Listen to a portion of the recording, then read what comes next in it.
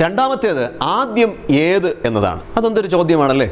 ആദ്യം ഏത് എന്ന് പറഞ്ഞാൽ നമുക്ക് പഠന വിഷയങ്ങൾ പലതുണ്ടാകും. 10 പേപ്പറുകൾ 10 സബ്ജക്ട്സ് നമുക്ക് പഠിക്കാനായിട്ടുണ്ടെങ്കിൽ അതിൽ ചിലത് നമുക്ക് ഇഷ്ടമായിരിക്കാം, നമുക്ക് എളുപ്പമുള്ളതായി തോന്നുന്ന വിഷയങ്ങളുണ്ടാകും. നമുക്ക് ഇഷ്ടമായതും അതേസമയം കഷ്ടമായതുമായ ചില സബ്ജക്ട്സ് നമുക്കുണ്ട്, ചില വിഷയങ്ങൾ നമുക്കുണ്ട്. ഉദാഹരണത്തിന് ഫിസിക്സ് ചിലപ്പോൾ ചിലർക്ക് ഭയങ്കര പ്രയാസമായിരിക്കാം, മാത്സ് ചിലപ്പോൾ പ്രയാസമായിരിക്കാം, മറ്റ് ചില വിഷയങ്ങൾ എളുപ്പകരമായി തോന്നാം. എന്നാൽ ഇതിലേതാണ് ആദ്യം പഠിക്കേണ്ടത്? ഇതും നേരത്തെ ചിന്തിച്ചതുപോലെ ഓരോ കുഞ്ഞുങ്ങളുടെയും അവരുടെ ആ മാനസിക അവസ്ഥ അനുസരിച്ചാണ് തീരുമാനിക്കേണ്ടത്. ചില കുഞ്ഞുങ്ങൾ ഇഷ്ടമുള്ള വിഷയങ്ങൾ അവർ പഠിച്ചു കഴിയുമ്പോൾ അവർക്ക് തുടർന്ന് ഇനിയും പഠിക്കണം എന്നുള്ളൊരു താല്പര്യം ഉണ്ടാകുന്നു എന്ന് നമുക്ക് ഒരു ഭാഗത്തിൽ കാണാൻ കഴിയും. അതേസമയം മറ്റൊരു കൂട്ടം കുഞ്ഞുങ്ങൾ ചെയ്യുന്നത് പ്രയാസകരമായ വിഷയങ്ങൾ ആദ്യം അവർ പഠിക്കാനായിട്ട് സമയം വിനിയോഗിക്കുന്നു. അതും നല്ലത് തന്നെയാണ്. അപ്പോൾ ഇതിൽ ഓരോ കുഞ്ഞുങ്ങൾക്കും അവരുടെ ആ മാനസികമായിട്ടുള്ള അവരുടെ ആ താല്പര്യങ്ങൾക്കനുസരിച്ച് വേണം ഇതിൽ കാര്യങ്ങൾ തിരഞ്ഞെടുക്കേണ്ടത്. നിർബന്ധമായും നമ്മൾ ഒരു കാര്യം അടിച്ചേൽപ്പിച്ച ഒരു കുഞ്ഞിനെ ആ ഒരു തലത്തിലേക്ക് നമ്മൾ കൊണ്ടുവിടുമ്പോൾ യാന്ത്രികമായി മാറും. എന്നാൽ ആ കുഞ്ഞ് അതിൻ്റേതാകുന്ന അഭിരുചികൾ അനുസൃതമായിട്ട് ഈ കാര്യങ്ങളിൽ ഒരു ശ്രദ്ധ ചെലുത്തുമ്പോൾ അത് ഫലപ്രദമായി മാറും.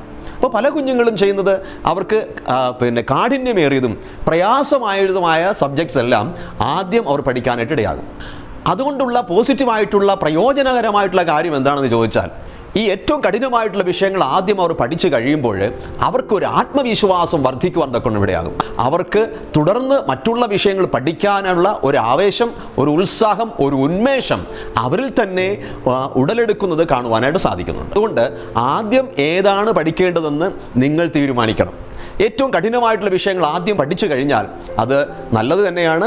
അതേസമയം മറ്റു ചില കുഞ്ഞുങ്ങൾ ആദ്യം എളുപ്പമായത് പഠിക്കുകയും അതിലൂടെ അവരുടെ മാനസികമായിട്ടുള്ളൊരു ഊർജ്ജം സംഭരിച്ചുകൊണ്ട് മറ്റുള്ളതും എനിക്ക് പഠിക്കാൻ കഴിയുമെന്നുള്ള മാനസികാവസ്ഥയിലേക്ക് മുന്നോട്ട് പോകാൻ കഴിയുന്നെങ്കിൽ അതും നല്ലത് തന്നെയാണ്. അതുകൊണ്ട് എന്നെ കേൾക്കുന്ന കുഞ്ഞുങ്ങൾ, നിങ്ങൾക്ക് ഏതാണ് ഉചിതമായത്, നിങ്ങൾക്ക് ഏതാണ് പ്രയോജനകരമായി തീരുന്നത് എന്ന് നിങ്ങൾ കണ്ടെത്തി അത് ഏതാണ് ആദ്യം പഠിക്കേണ്ടതെന്ന് നിങ്ങൾ തന്നെ അത് വിലയിരുത്തുകയും ഫോളോ ചെയ്യുകയും ചെയ്യേണ്ടത് ആവശ്യമാണ്. അപ്പോൾ ഇങ്ങനെ ഈ കഠിനമായതാണ് ആദ്യം പഠിക്കുന്നതെങ്കിൽ കുറേ പഠിച്ച് മുന്നോട്ട് പോകുമ്പോൾ സാധാരണഗതിയിൽ നമുക്ക് ഒരു മടുപ്പ് തോന്നാം.